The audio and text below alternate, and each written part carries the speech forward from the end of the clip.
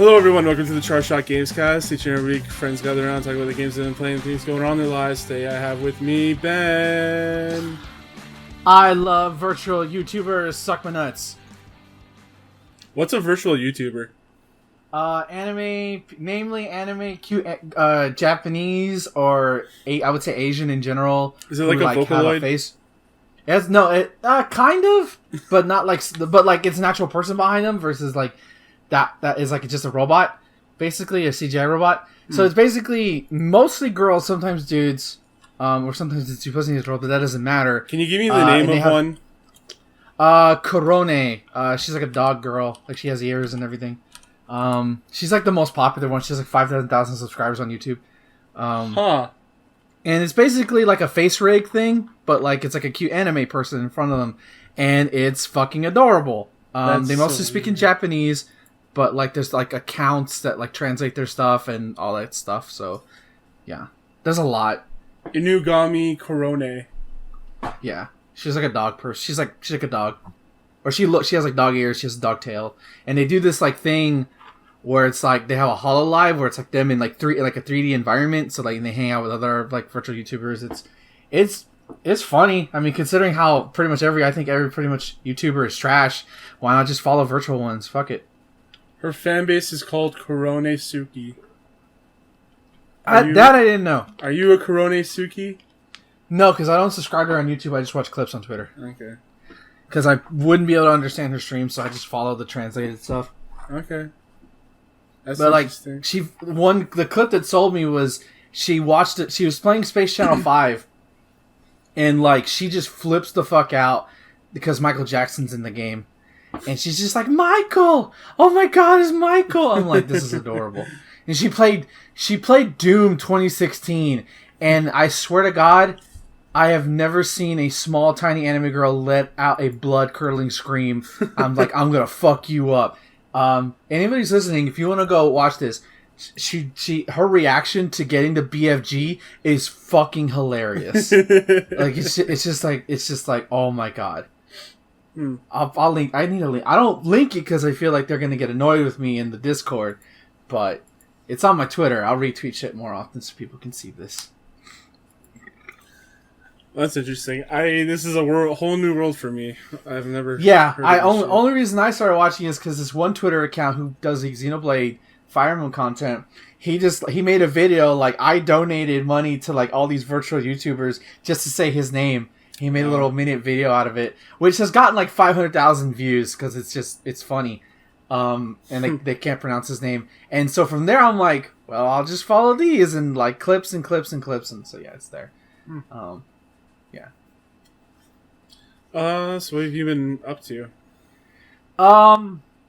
Like a lot, video game wise, just because I'm stuck at home and I just can't find. I tried to watch things, but like I find myself You should watch Breaking Bad. It's a really good show. No, I refuse at this point. We've been over this. I'm not going to go over this with you again. I finished the DC animated cinematic universe, which is like their line of films. Just because it came with the set that I bought about a month ago. That was fun. Even though the final movie was really traumatizing and horrifying at points, it was still a very possibly the best Justice League movie I'd ever seen. I just don't recommend your kids to see it because you're going to get them traumatized very, very quickly. Seeing their favorite heroes decimated and literally, in some cases, literally ripped apart. Literally ripped apart, yeah, in horrific ways. And it still doesn't set well with me, but it's whatever. But game-wise, like the big one I played a lot this week was Bloodstained Curse of the Moon 2. And for a while, I hated it. Like, I won't lie. So in the you played the first one, right? Yeah, the first one's great. Yeah, so, and I think we as a collective, I think it's safe to say that we don't like the Metroidvania one. We prefer the more Castlevania one. I wouldn't. Yeah, in between the two, yeah. I mean, there's just certain mechanical systems I didn't like about Ritual of the Night. But so they come with a sequel, so just drop it. They just dropped it out of nowhere a month ago, so I pre-purchased it. And they introduced Zangetsu's back from the first game, typical sword slash character from the first game, the red guy. And then they bring in 3 new characters. Dominique, who's basically she has a spear. She plays like one of the Genesis Castlevania characters, who has a spear. Pretty much the same fashion. Then they have Robert, who's actually one of the more unique, also a unique one, because he wields a gun. So he's very good at like picking off long range targets. And he has some really cool sub weapons. The best one though is Hachi, who is a little corgi dog who rides in a mechanical mech, and he's pretty much like your tank. Wow. Like your powerhouse. Yeah. He has a hover ability. He doesn't have sub weapons, but he can pretty much like turn himself invincible. So certain boss fights can basically become jokes if you have enough magic energy. And it is very cool. And I was enjoying myself for the most part. Died a couple of times in the first 4 stages. Then stage 5 hits, and stage 5 is like, what? Time to twist your nuts a bit. Yeah, Castlevania always had that like couple levels where it was fuck you up. Yeah, but it's not. It's the final. It's 5, 6, 7, 8. The final 4 stages are just like it feels like, because the first game, I think a lot of people had criticism with it wasn't hard enough. To me, I thought at least from my skill level, I thought it was balanced. Yeah, and then they had the New Game Plus stuff, which you could do. Yeah, which added difficulty. Yeah, which did add a more challenge and stuff like that. But here it's like it's back to the old school Castlevania. A little bit, and I say only reason because of the knockback. Like the knockback is gonna, oh my god, it's so horrible. Like Jesus Christ. But look, this game actually basically is asking you to master all 4 characters in the right situations and memorize certain aspects, which it's not too demanding. And for a while, I actually switched to casual mode because I'm like, I can't do this. I just can't until like it's like 2 a.m. in the morning, and I'm like, you know what, fuck it, turn back on veteran, and I'm just gonna stubborn my ass way through, and I did it. I beat stage 5, which because I actually beat the game. And like I was just like, okay, don't yell, don't get salty, just calm down. You know what to do, just whatever. Because you get it still has a lot of quality of life issues that the first game had. Just paid attention more, but like it did have that satisfying feeling. Like fuck yeah, I did it. I just wish the knockback wasn't as egregious. It's all. I think the first one didn't have that much knockback, right? It did, but like this one I feel is like a lot more. Like I feel like and there's a lot more bottomless pit segments in this game. There's a lot. Yeah, there's a lot. That's Castlevania. Yeah, there's a lot of that, but they do give you a lot of power. Like if you plan it right, you plan your powers right. They do give you a lot of weapons to mitigate that. It's up to you to how you use them. So it's just asking you to be good with the game. But there's no shame in you doing casual. There really isn't. But what's cool about this one and what making me like it is that so similar to the first game where if you beat it the first time, besides spoilers, but it doesn't really matter. Zangetsu sacrifices himself after you beat episode 1 in the first game, and then you play through the game again, but without Zangetsu. And then you rescue him. Then there's also, and so in this game it's similar to that, except Dominique is the one who stops the evil threat. So now I'm on my second playthrough, which is episode 2, where now Zangetsu, Robert, and Hachi are going to go rescue her. But the good thing about Dominique is that she has a sub weapon that she actually heal people with. Like if she gets it, she could just sprout hearts, which is something I didn't use it that much, so it wasn't that bad for me to lose her. But the thing is, there's also a third episode. There's 2 endings you can get in the episode: the good ending or the bad ending. The good ending actually gets rid of Zangetsu's like awesome powers that like he has like a 3-hit combo that you get midway through the first episode, and if you get the good ending for episode 2, you have to lose those powers. But if you want to get the third episode, which is titled Episode TX, which actually gives you access to the 3 original characters from the first Bloodstained, Jebel, I can't remember the other 2 characters' names, Miriam and the wizard guy, you have to get the bad ending, or at least it'll unlock it. So yeah, you can actually get a total of 7 playable characters in this game in Episode 3. And then it turns to a Mega Man X kind of like a Mega Man game where you can stage select and you have to go recruit the characters and find like the specific hard upgrades, and then you can get the true ending. So there's a lot of content in this game. It's just a matter of if you're going to want to go for it or not. But it's very good. Like, it's satisfying to beat. Nice. I hope they get to do a third one. You said it's on Game Pass, right? Or... No. This is on Game Pass, but it's like $15. Okay. I'll buy it. I bought the first one. Yeah. Outside of that, let's see. You and I played live fighting games this past weekend, or did you want to wait till your segment to get to that? No, you can talk about that. Yeah. Like how we started off with oh God, what's it called? King of Fighters 13. We played King of Fighters 13. Yeah. Which is best looking King of Fighters game of all time. Like, seriously, possibly the best fighting game, visually looking of all time. I think. Wow, it's high praise. Yeah, it's so fucking pretty. And needless to say, Thomas had some. We had good fights. Yeah. Yeah. Well, you mopped the floor with me, but I got a few good wins in. Yeah. Can't remember who. I ended up finding like a couple characters that I did pretty well with, like the electricity guy. I can't remember his name. The guy with the long hair. Was it Benny Matter? Yeah. I think. Yeah, he's. He was pretty good. Got you pretty well with him. Yeah, you go ahead. Whatever you're gonna say. Yeah. Play Killer King of Fighters. I recommend anybody to buy it, especially when it's $5. Because like I know people say the online is bad, but like Thomas and I are Canada to Texas, and like it didn't stutter like bad like Soul Calibur did for us. Oh my god. Yeah, that was atrocious. So yeah. King of Fighters was great. Like I didn't notice any kind of slowdown or anything like that. There might have been some input issues, but like we're not high enough level to fucking care about that stuff. I can't even see that stuff. So, but yeah, Soul Calibur 6. My god, man, how did they release a game with online like that? See, like I don't even know if it's a combination of my PC or my internet's back, because I've seen like Maximilian like has even told me, like watching his stream, like some of the connection's just bad. Like sometimes I see it like. He told you personally? He DM'd you? No, just watching his streams, just like venting his frustrations with the game. Yeah. So yeah, it was bad. But we played one game just to get out of there. I played Jerry the River, and it was just, let's just get out of here. The frame rate, or like the slowdown, or whatever you want to call it, it was like 10 frames. It was really bad. It was bad. It was so bad. There was a couple like cool systems in there, like the knockoff system, like Get Off of Me system and stuff like that.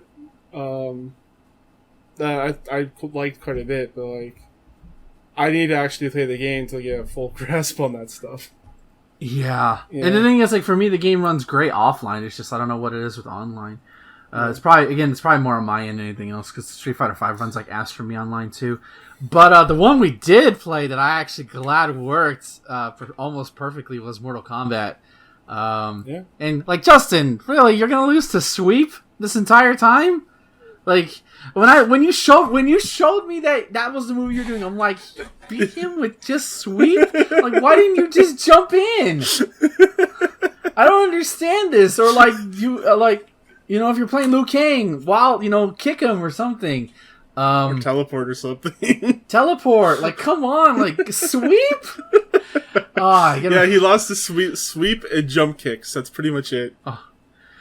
Funny enough, I did play Mortal Kombat on my own, and like I switched to Sub-Zero because I was like, you know what? Playing Shao Kahn is fun, but I want to take it a little bit easy. And this one dude, literally all he did was jump in. And I'm like, okay, and I gave him the benefit of the doubt. I wouldn't like uppercut him, and I'm like, dude, this is all you're doing? And then I uppercut him every single time to win the game. Nice. And he rage quit at the end. I'm like, dude, you wouldn't. Why would I do something different when you're just gonna jump in and give me the easy win? Like, yeah, right. All you do is uppercut. That's pretty much it. Yeah. My favorite part though of our match is because we were doing this for your remote play, which has a little bit of delay. Like I won't deny about that. Yeah. But my favorite part is picking Shao Kahn and almost hitting my combo that I like to do with Shao, which is shoulder charge, EX shoulder charge, 1-2, and it does a command grab, which is hard for me to do normally. So I'm glad I was able to do it against Thomas. So that's pretty crazy. Yeah, I love playing Shao Kahn so much. We had fun, and of course, I tried to zone him out. RoboCop. I suck at zoning. Oh god, I suck at zoning at that game. Yeah, you just need to know when to do it. Yeah, it's just like yeah. I just here bullets. Here, deal with it. You're like shooting guns, and I'm just like miss. Yeah, exactly.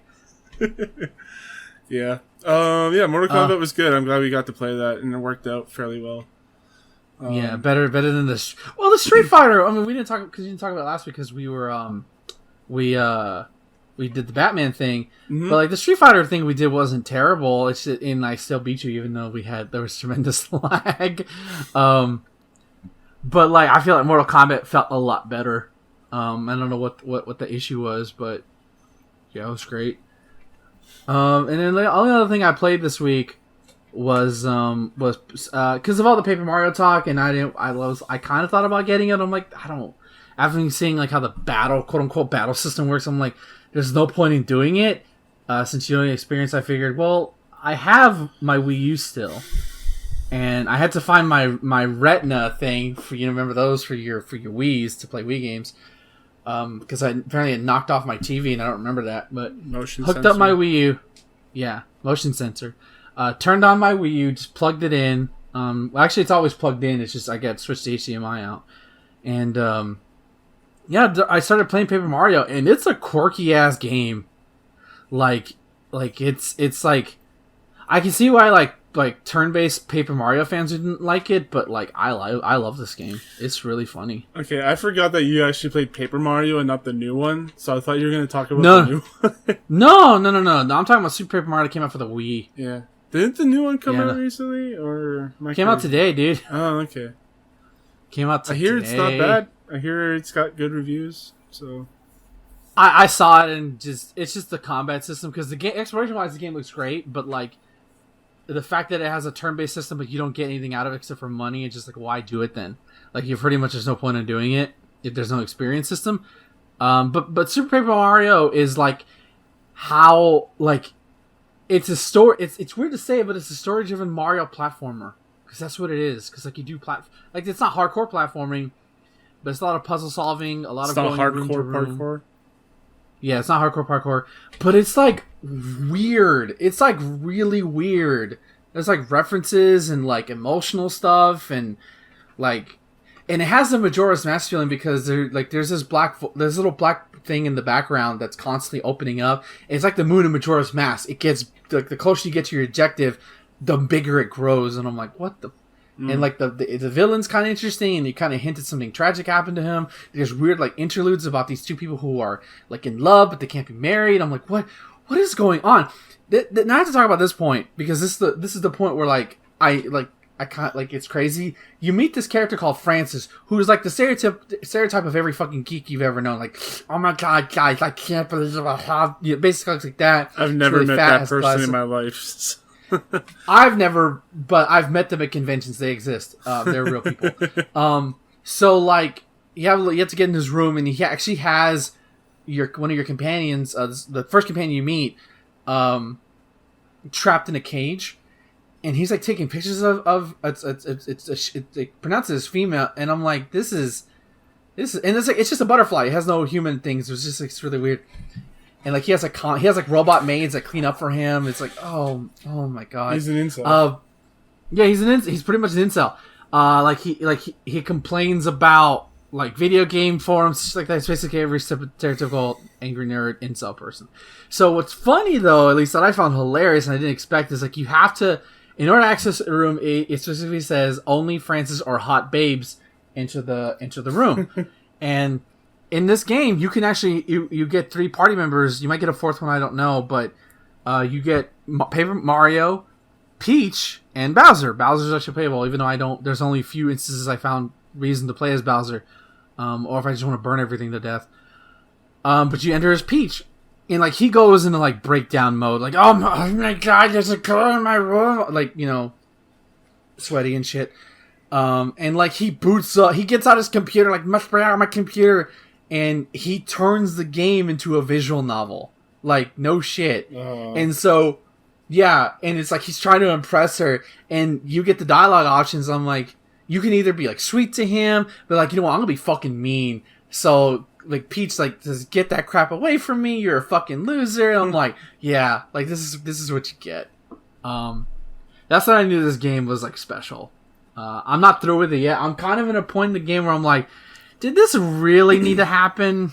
I don't know. Could this have been trimmed a little bit? But I'm deeply enjoying it. Namely, like the puzzling aspect of it, of like finding out where to go.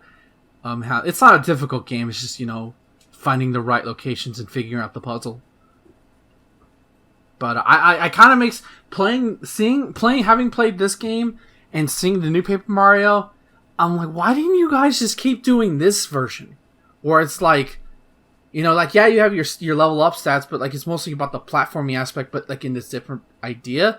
I don't understand why they didn't just keep doing this if they weren't going to be like a turn-based RPG anymore versus tricking people into this turn-based shit with the new Paper Mario. Yeah. I think they just lost the vision of what makes Paper Mario. Yeah. Because I played Sticker Star because that's technically the first Paper Mario game, and comparing my experience with Sticker Star to this is way more homogenized than Sticker Star is. This game is weird, man. Like, if you want a weird Mario experience, if you can't play the 1,000-Year Door, because I'm told that's weird, play this game, because it's like, if you have a Wii U, you can buy it off the Wii U eShop for $20, or you can probably find a used copy for even cheaper for physical. But yeah, that's all I've been playing. I'm trying to beat Paper Mario before I go back to work, but we'll see how that goes. All right. So I've been playing other games than Destiny. I got to 10 subscribers, which was my goal for Twitch gameplay stuff. Congratulations! And so as a reward, my viewers get to see me suffer through Superman. Ugh. On the N64. I've never played this game before, but I've heard like how terrible it was. It's like every YouTuber's, like any kind of content creators, gaming content creators, password, you have to play through Superman 64. Yeah, you have to meme on it. And so I was playing it, right? And I heard about the rings and how bad like the rings were, but going through that stuff, the kryptonite fog. Yeah, going through the rings, like I was actually having an alright time with them. Like I wasn't like failing them consistently. Like I got the controls down on like how to like work it.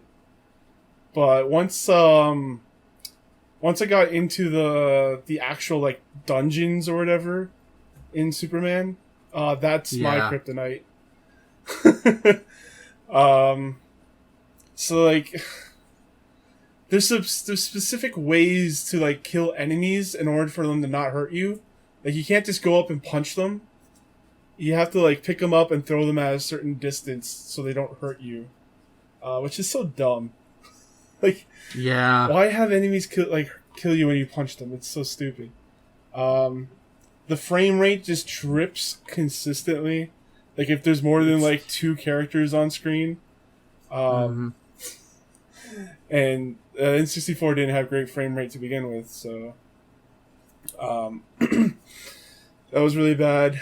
The best way to get through that game is to not kill enemies and just like fly through them, like fly around them. Yeah, then Superman has like tank controls. He also has a health bar. I don't know, man. It's rough to play. Just trying to figure out how to work that game, because the entire stream I was just finding ways around the game itself, like to cheese around it, so I don't actually have to interact with the things they want me to interact with. But yeah, I've got to play that game some more. Also, Superman needs pickups in order to actually do any kind of super ability. He needs pickups for his super breath, for his heat lasers. Yeah, it's... I mean, like, I get it. It's a video game. Yeah, I hate Superman 64 so much. Also, the beginning, like, the story is such trash. It's like you get this very 5-second cutscene where it's like Lex is like, I kidnapped your friends, ha ha ha. Try and figure out my ring maze, ha ha ha. And then he just looked like trash. Like if you look at the faces, they're just blurred out crap. Yeah, it's horrendous, and it's unfair that we have not had a good Superman game. Yeah, I will defend and say Superman Returns had ideas that were good. They just weren't executed properly. Yeah, I've never played Returns, but I've heard it's not trash. But I hear it's not great. But it's like a 6 out of 10 or a 5 out of 10. Yeah, because like Metropolis has a health bar because like that's your health bar because like you can't hurt Superman. So it's just there's a lot of stuff that could have been fine tuned for it. Yeah. For Buffing Lose.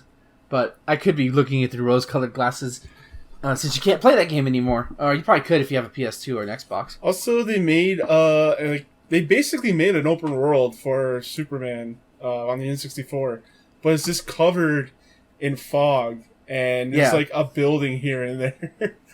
It's so dumb. Draw distance, motherfuckers. Mm-hmm.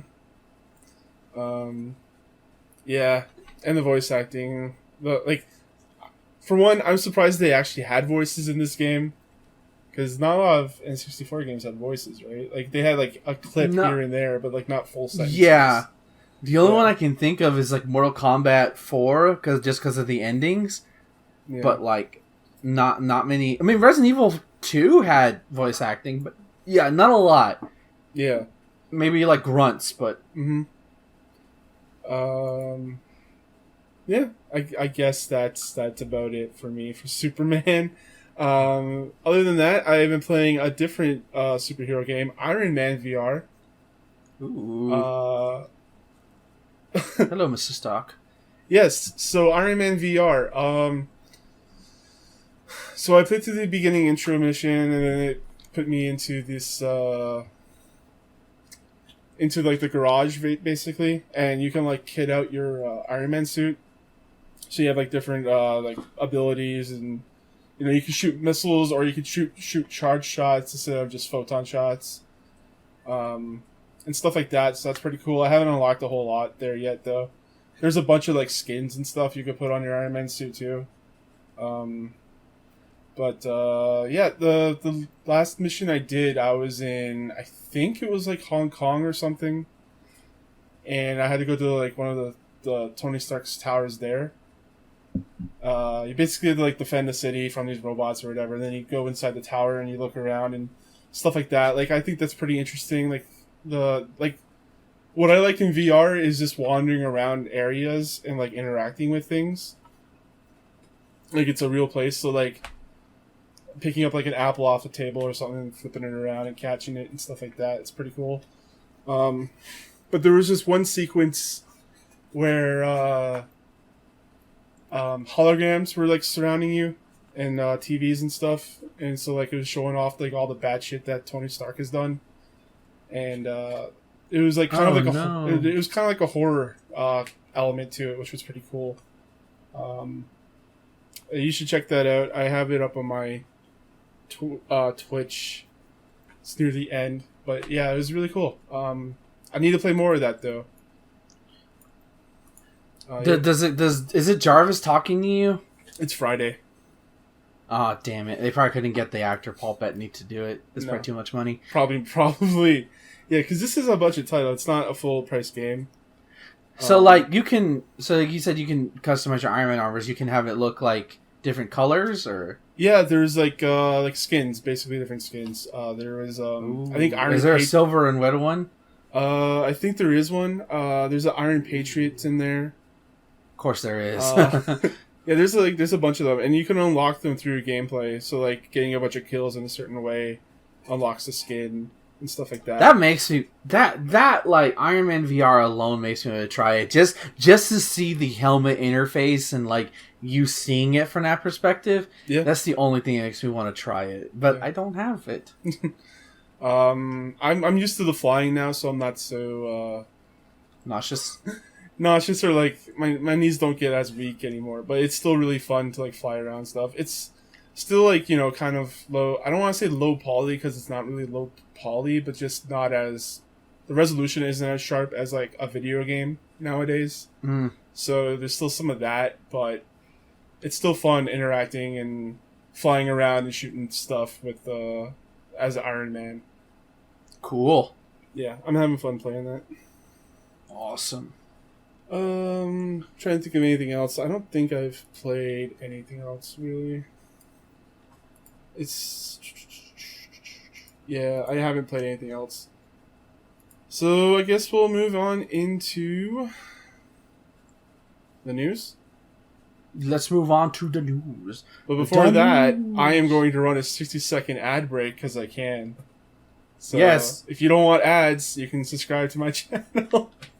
And you get to hear me do this. Ads. There you go. Alright, we have a minute break if you want. Alright. So if you are a subscriber, you're actually watching us talk right now.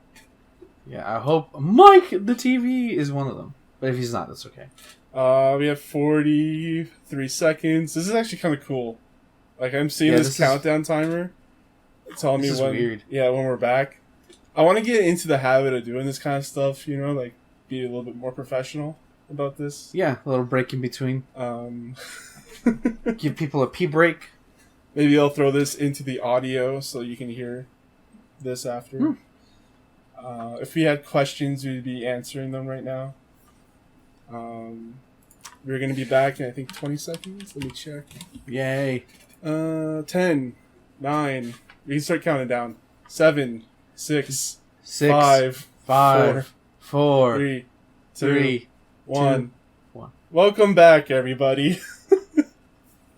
And now we're going to go into the news. Yay!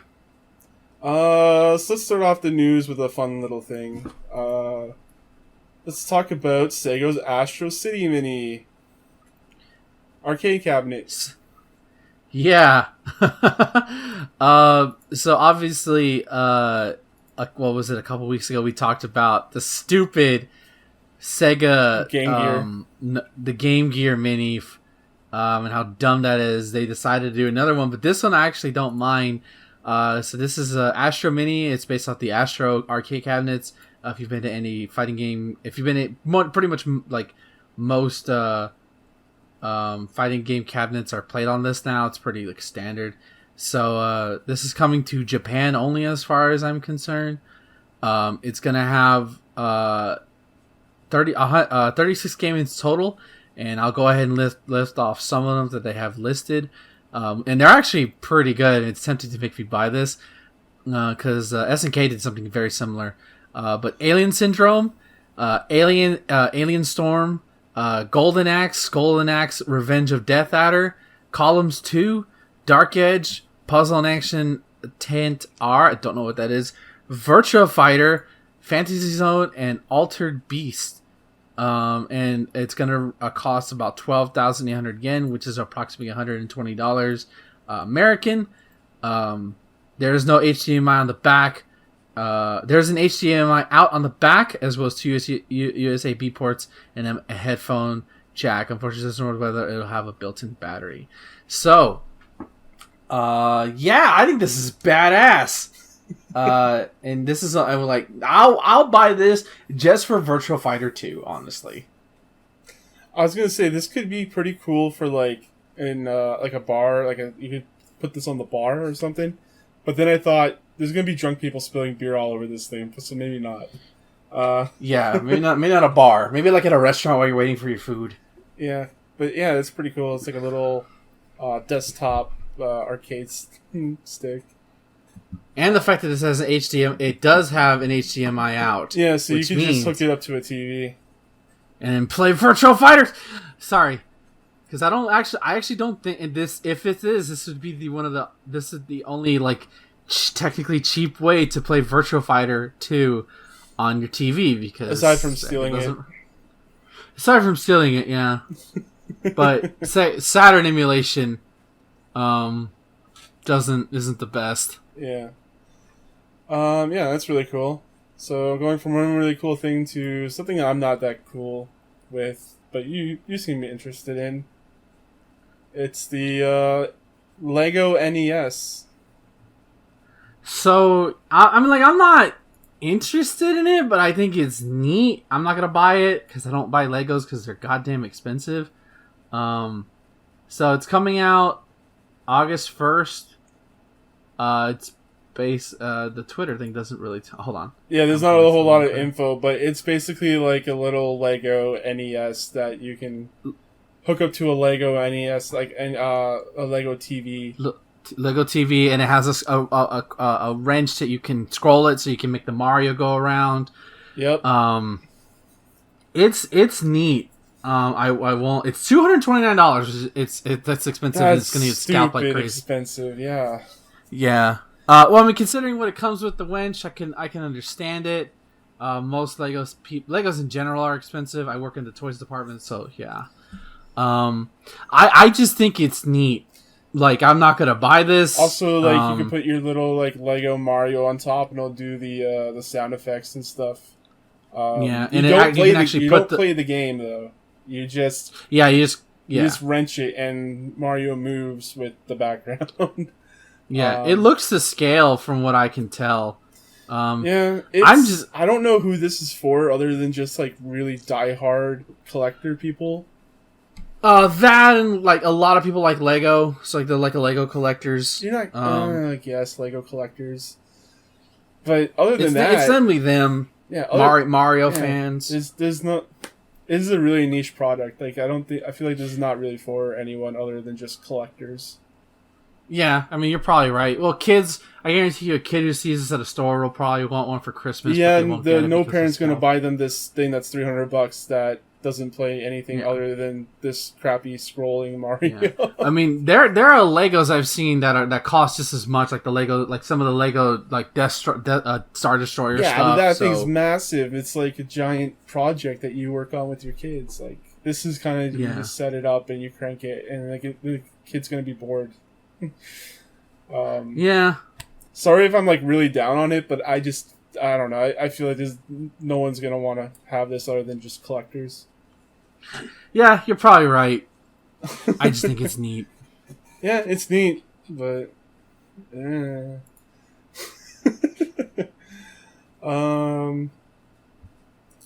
speaking of things that are just I don't know where I'm going with this. I'm just gonna click on a news story and go with it. So multiple publishers are apparently considering raising game prices on PS5 and Xbox Series X. Following the news that NBA 2K21 will cost $10 more on the PlayStation 4 and Series X.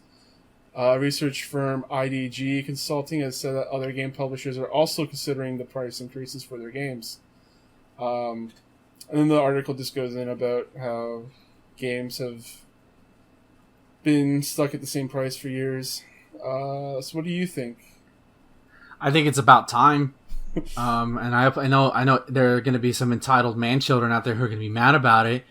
But the reality is that these games take a lot of time to build. A lot of people work on them.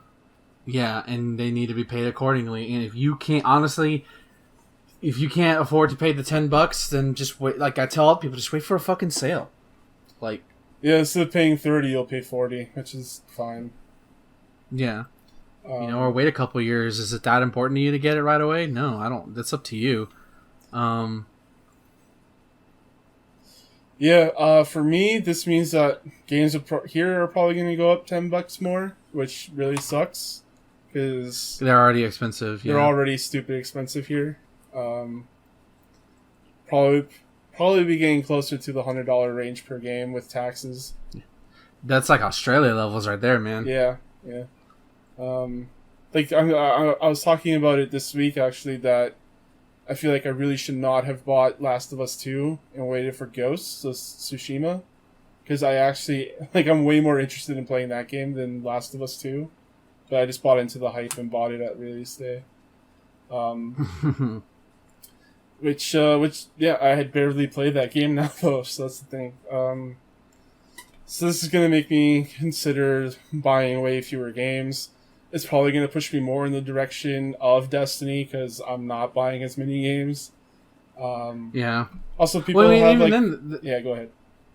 The developers are making games to like, because they're not making as many games, so they're making the games that they are making last a lot longer with content or just something. Yeah, then you get like a lot of like people just, or developers just adding fluff, so that games are lasting longer, so that they feel like they can justify the price. That's for sure happening. You can see that with a lot of open world games. Like even Ghosts is being criticized for that, just having too much side content that doesn't really matter. Which is a fair criticism. Yeah. Yeah. I think I'm going to be just waiting for more sales on games in the future. If this is going to be a thing. This is why I stick to indie games. Yeah. Yep. I mean, not all indie games are great. Some of them are just trash. You just try to copy the next big thing. But when you find that gem, it's great. Mm-hmm. It's great. Yeah. Like I said, I'm probably gonna stick more to Destiny now because like that's a game that I pay a price for every year. Like I just pay for the next expansion, and then like I'm good for that. And year. Then yeah. And yeah. I put thousands of hours in that game, so yeah. That's what I do with Mortal Kombat. Yeah, like I bought the season pass for this last year, and I bought it for this year. I'm like I'm set. I'll come back to it. Yeah, it's awesome. So I don't need Mortal Kombat 12 anytime soon. I'm interested to see how the trend goes in the next generation. If we're going to see fewer games released and more expensive stuff, or just more games being released that have a longer tail than they already do. Yeah, it's going to be interesting to see. Next up, we have Xbox reportedly interested in acquiring WB. We are going through 2 weeks of news here, so bear with us while we go through some of the older stuff. What do you think about Microsoft throwing their hat in the ring? It would actually get them good first-party exclusives if they play their cards right. Can think about it this way: Mortal Kombat could be an Xbox exclusive video game if they do that. Yeah, but so Xbox recently has not recently, but in the past they've been saying they're not about the exclusive lifestyle anymore, and how they're bringing their games to PC. I would expect they would still publish Traveler's Tales, the Lego games, if they still have that license, on Nintendo, because that's a perfect platform for that. Oh no, for sure, yeah. I mean, and we all know they're not above playing ball with other publishers except for Sony. Yeah, fuck Sony. Yeah, they won't put their games on their platform, but they'll put it on PC and Switch, or Nintendo's platforms. I think it's cool. I mean, I just want the employees to be taken care of. I mean, the only reason I would hope it NetherRealm was included in the deal, just because that way they have both Killer Instinct and Mortal Kombat in the same house. You want a crossover? I want a crossover, man. You want that? You want Cinder versus Scorpion? That's what you want. Yes. Yeah, you can imagine they open up E3. There's no E3 next year, but Microsoft does a press conference for 2021, and all of a sudden you hear, "Get over here! Wait, new Mortal Kombat!" And then you just hear, "Combo breaker!" Oh my god, that's the dream. That's the dream. Or have their money and actually have I don't know if I'd want NetherRealm to develop the next Killer Instinct, because their stuff is way different than what KI is, but just that idea. But I think it'd be good. Just Yeah, I think out of all of them, I would like to see Xbox pick them up or Microsoft pick them up. But they already have so many studios they've recently got. I was thinking about what kind of Xbox IP would I want Rocksteady to work on, and I'd say a Fable would be really cool. Imagine Rocksteady Fable. Yeah, a Rocksteady Fable. That'd be pretty. It'd be a good video game, so it would be. The first two were fine. I'm gonna stick to my guns on that one. Okay, buddy. Mm-hmm. But yeah, it's pretty cool. All trash. No, they're not. Stop lying. Trash. Stop lying. I'm not lying. I just look at the video of it. I just need to look at any YouTube clip and prove that this game's trash. See, you can't believe what every YouTuber is saying. I don't, but I just let the video decide for me.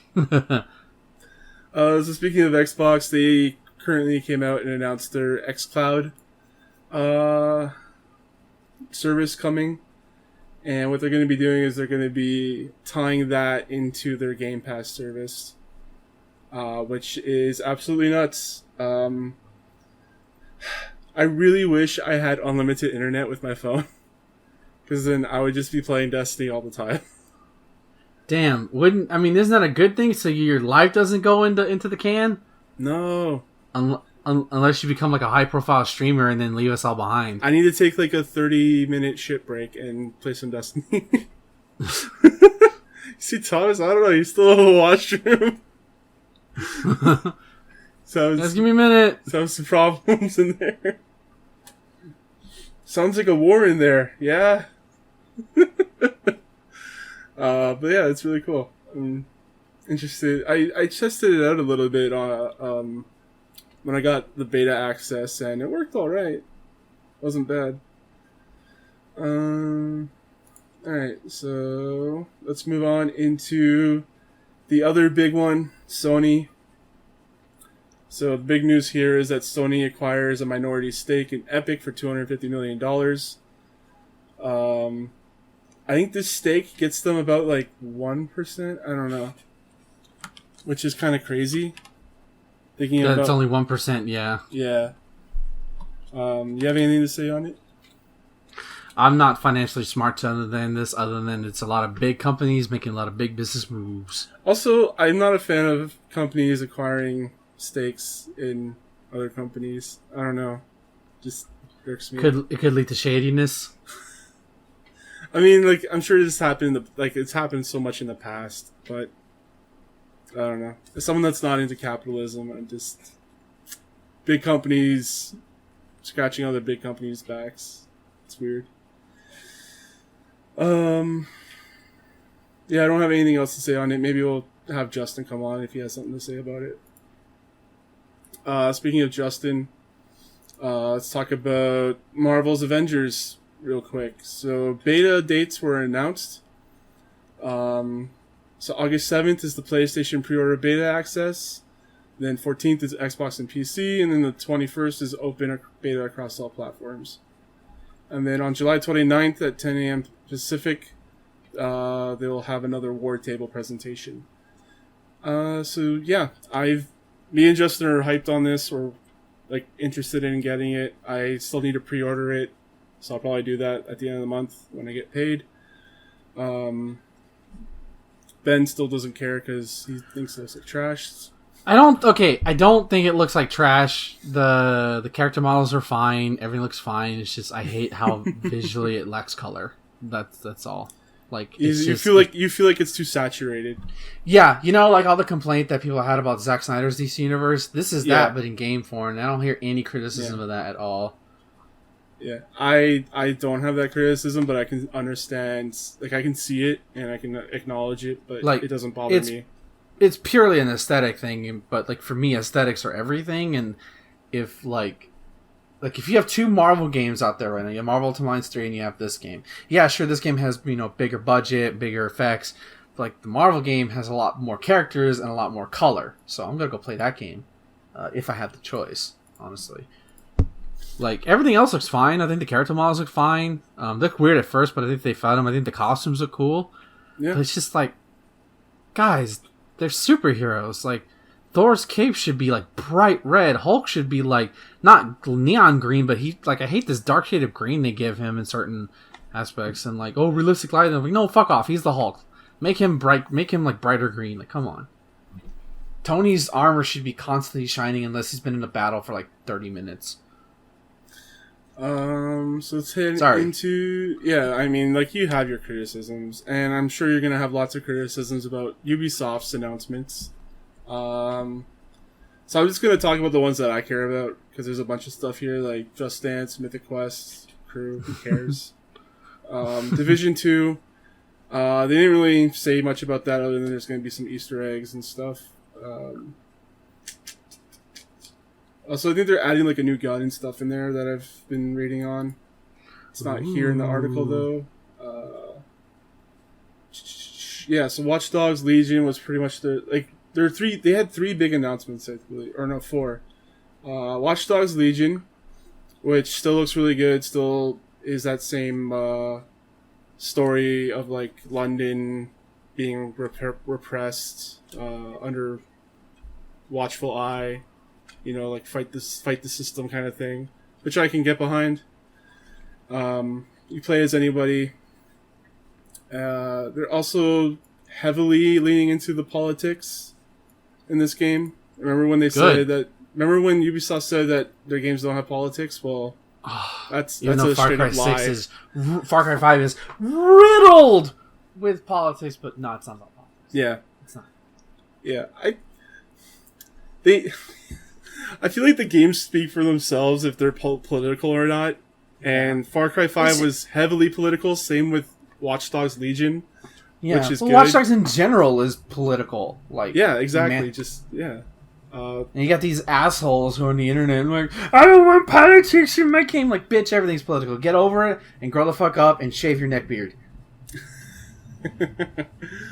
So yeah, I'm interested in it. I liked 2. I liked 2 quite a bit, but I had never finished it. 1, I don't think I finished 1 either, but I still like the like hacking people's phones and stuff like that. I think I have the first one on PC, and the whole like message behind it and stuff like that. Yeah. Also, they give away 2 for free on PC as well on Uplay. So I don't know if they still are or not, but it was at the time and it crashed Uplay. Damn. I think I have it on the Epic Games Store. I'm checking right now. I think they gave it away on the Epic Games Store not too long ago. I know they gave away Assassin's Creed. The only reason I have the only reason I have booted up is because I have to sign up for Uplay. I really don't want to do that. I know I don't have to input any credit card information. It's just like, come on. Then again, I signed up for Origin, so what the fuck do I know? Yeah, once you get like 2 or 3 launchers, it's not a big deal to get more. Yeah, in my opinion, anyways. I have Watch Dogs. Yeah, the first one's not that great, but I don't know. That's what I hear. I remember, yeah, that's what I hear. But maybe when I'm really really bored. They did they did make it more fun to play in the second one for sure. That's what I remember seeing. The other 2 that they announced was Hyperscape, which was a battle royale game, but it seemed like it had a lot more character to it, a lot more goofiness to it. It's an open beta right now, and you can play it. I'm gonna see if Sully wants to play it after the stream, so I might end up playing some of that. I only played like a couple of rounds, and some of the abilities was pretty fun, like turning into a giant ball and bouncing away to get to safety and stuff like that. It's pretty cool. I like the shotgun. The shotgun was pretty good. They also have like a whole hub area where you can join in with friends and test out weapons and abilities, which is pretty cool. And the whole story behind it is that you're in VR basically, which is Hyperscape. And there's this whole corporate conspiracy happening. They like their corporate conspiracies. Yeah, because it's true. So speaking of corporate conspiracies, we have Assassin's Creed Valhalla. None of the recent games have had much of the modern day stuff in it. Good, because they ruined that with the third game. Yeah, me and you are in agreement on that. But yeah, Ubisoft fully unveiled Assassin's Creed Valhalla. Confirmed the November 17 release date. Plans to launch on Xbox One, Series X, PS4, PS5, PC, and Stadia.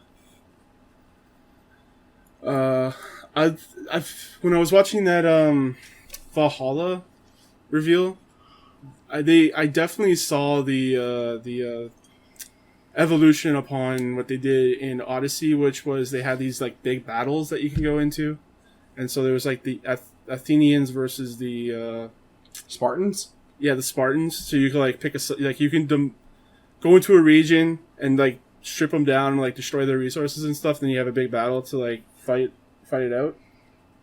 In this one, it was more like, conquest. Hey, Sully. I was just talking about you. And so, in this one, it seems like it's more intricate and more involved.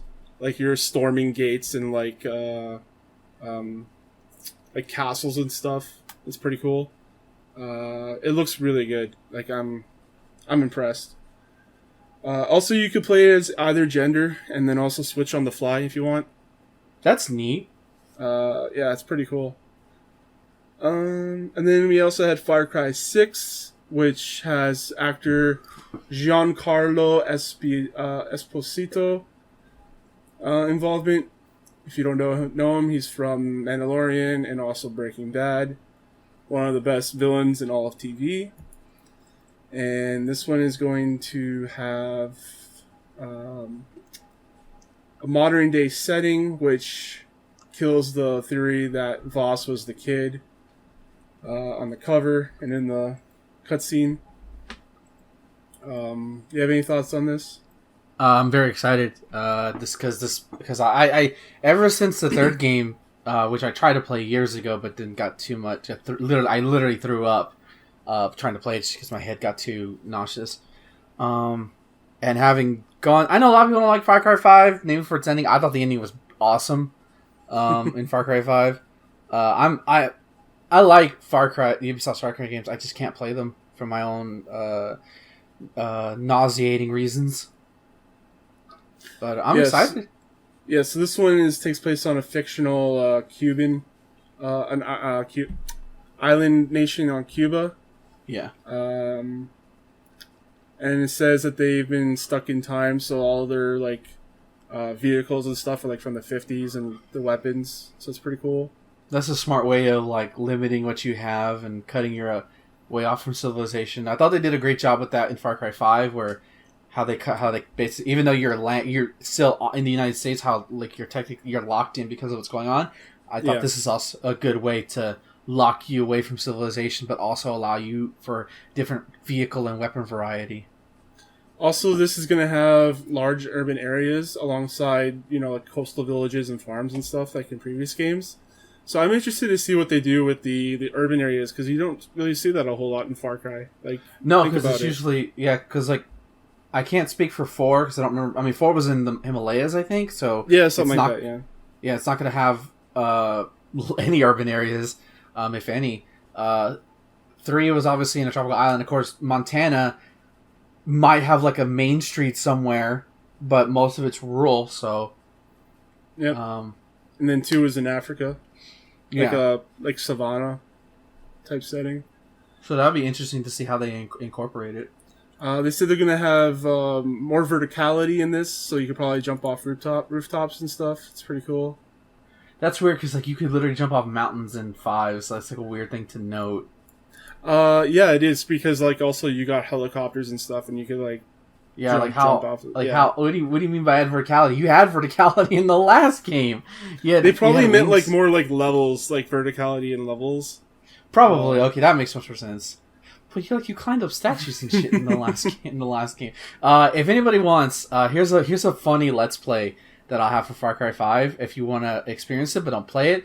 It's a Let's Play channel of Super Gaming Brothers. It's a long Let's Play because it's a long ass game, but it's fucking hilarious. But it goes through every aspect of the game, and it's a great Let's Play. Yep. And what else? Far Cry 5. Yeah, I think that's about it for Far Cry 6. I'm interested to see what they do with this, because it seems like they're changing things up, at least with the level design. And that's it for news, unless you have anything else that I missed. No, other than I what's funny is I didn't put it in, but I'm instantly reminded of all the Nintendo fans getting their hopes up once again. When they were showing Paper Mario this past week, and then they said "Way Forward" had something to show also, and then it was Bakugan. Oh yeah, that's stupid. Nintendo's trolling their fan base, man. No, like, I get it, but, like, also, I'm, like, laughing at all the people who are like, oh my god, is it gonna be this? Oh, it has to be this. I'm like, just chill. And the fact that it's Bakugan just makes me laugh. Like, oh, it just makes me laugh so fucking hard. I'm like, this is what you get for over-expecting shit. Just chill. Alright, so Mike in the chat. Mike, the TV.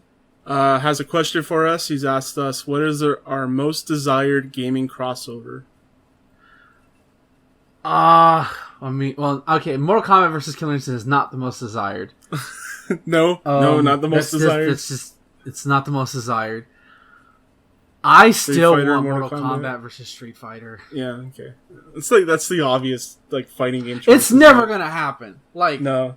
Yeah, because Capcom's never gonna allow you to like decapitate Chun-Li's head or slice off Ryu's in half. It's never gonna happen, unless NetherRealm would be cool, like doing like a neutered version. But we saw how that turned out with DC versus Mortal Kombat. Yeah. Well, the problem with that game wasn't the fatalities, even though they were bad. The problem was that the game just sucked in general. It was fucking weird. Yeah, I can understand that. What the hell would I want to see? I'm trying to think, because like I'm not huge into crossovers in general, really. Yeah, it takes very specific circumstances to work. Because I can't think of like Destiny doing a crossover with anything. Yeah, unless like there's like a post credits at the next expansion that it's connected to Halo. Like it shows the flood or whatever invading Destiny or some shit like that. Yeah, there was definitely like posters and stuff about Destiny in Halo 3 ODST, so like there's that. But yeah, I can't really think of anything. They've already done Mario versus Sonic, like, or not versus, but with Sonic. It's not the dream. I mean, like a real answer. The dream one is because Capcom can do it, but they're not for some reason. They don't. Is Capcom All Stars. Like, it's a crossover in itself where they say, fuck the Marvel side. Let's just do a Marvel game style, but with our own characters, because they have a shit ton of them that people love. Yeah, totally. 100%. You saw that with Marvel vs. Capcom, right? Where they introduced a bunch of their own characters. Like Ace Attorney made it in. Yeah, oh yeah. That's crazy. I like that's the same. Like I think every Capcom fans wants that. Like fuck the Marvel side if it's too difficult with licensing. I mean, like there might be licensing issues with the Capcom side because they don't own all their characters. Probably probably deals with people who made them. But like, I think that'd be neat to do that. Make your fans happy. If you want like the ultimate crossover game, I guess Cross Zone, Project X Zone, whatever it is. Oh yeah, I played those games. Yeah, yeah, those games are awesome. I love those games. It's literally just crossover, like after crossover after crossover. Yeah, I mean it's Sega, Bandai, and Capcom all in one game. Except no Sonic, no Sonic the Hedgehog, because it's a little too weird. We can't introduce Sonic into this crossover universe. But here's this demon succubus. Here's that. Here's this. Yeah. But Sonic would be too weird. Sonic's too weird. Yeah, I can't think of anything that I would want to see. I'm sorry if I'm boring like that, but yeah. Just give me, Avengers stuff. Other superheroes crossing over with superheroes. A Batman Superman game where you interplay between the two of them. Yep. Like that. Marvel versus DC. Let's go. That's never gonna happen just because Warner Brothers owns them and Disney. That's never gonna happen. Just like how in the comic books, like you can go buy a comic book called Justice League Avengers, but they'll never cross over again. Mm-hmm. So where should the people find you? Twitter.com/marvelousiggy for all content related to me, and also thank you everybody for checking out Atomic Shot. We just did our 3rd episode. It should be live before this goes live. It's on King Kong vs. Godzilla, the 3rd installment of the Godzilla series, and arguably his most famous one. Me and my buddy Tyler go over the ins and outs, the uglies, but also the very, very funny. Go listen to that. And of course, coming next week will be Godzilla or Mothra versus Godzilla. The first crossover for Toho themselves. So look forward to that. Wait, was Mothra a movie before the crossover? Yes. Oh. Mothra had Mothra. After Godzilla had his second movie, he goes into hiatus for 7 years, and then they made other movies, but the two big ones they made were Rodan and Mothra. They established those monsters first. So this is interesting. I did not know that. I thought they just came in when Godzilla was around. Okay. No, Mothra is legit dying at the end in Godzilla versus Mothra versus Godzilla. She's on her last legs, coming from her previous movie. So cool. I'm definitely gonna check these out. So you can follow me, your host Thomas, on Twitter, CSG Thomas. Also on Twitch as Kane Plays Stuff. We do this show every Friday night at 9. Well, we usually do 9 p.m. Eastern, unless we feel like we want to do it early. You can also email me, thomas@charshut.com, if you have any questions or want to be on one of our shows. And review us on Apple Podcasts, anywhere you get podcasts. And I think that's going to be it for me tonight. So, till then, gang, enjoy your games. Wear your mask.